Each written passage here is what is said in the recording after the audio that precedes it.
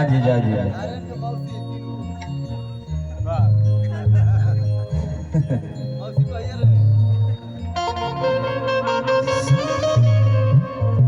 सब कुछ गाना होई भी करी, लेकिन जो ना उपलक्ष्य में हमने के आइल बनी जाए मजा ले आई दिया सब हो, लेकिन जो ना उपलक्ष्य में आइल बनी जा भगनी के आज हमने के मौजूठी बा तो मौजूठी में लड़का खातिर का ना हो जाला। घर के लड़की तो लक्ष्मी होली देवी होली, ऐसे घर के लक्ष्मी के सम्मान करे के बा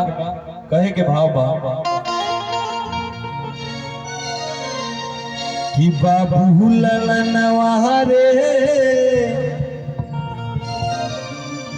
अरे तेरे करनवा सब धन देनी लुटा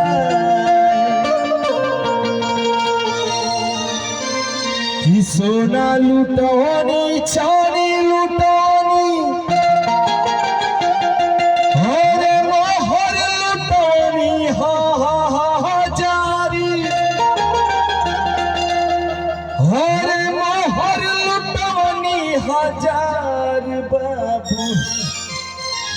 ललनवा रे अरे तोरे करनवा सब धन देहनी लुटा। खुशी के माहौल बा ऐसे कहे के भाव बा खुशी भाव से भैया कि बाबू ललनवा रे बाबू ललनवा रे तोरे करनवा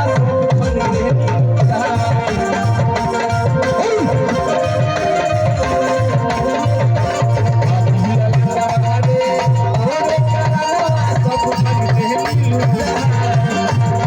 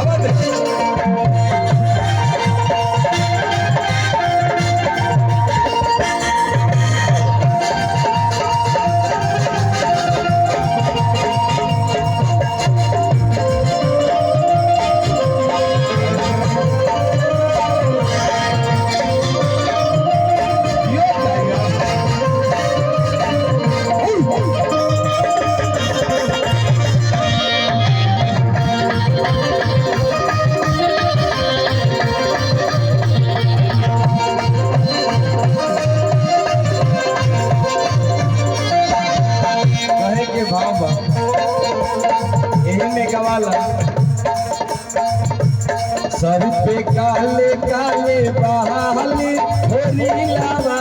के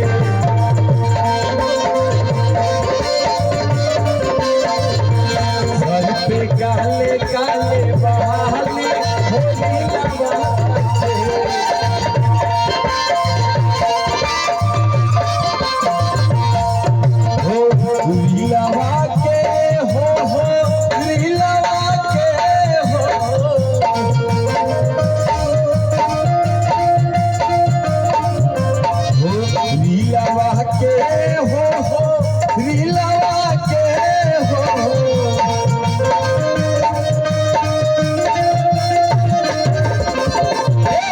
सर पे काले काले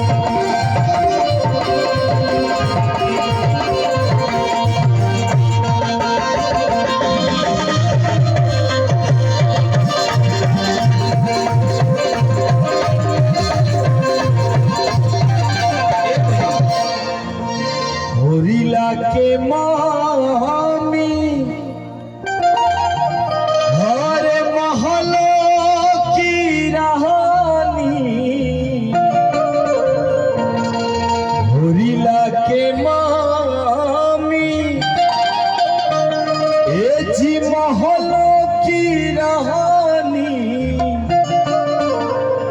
तो पापा मेरा करता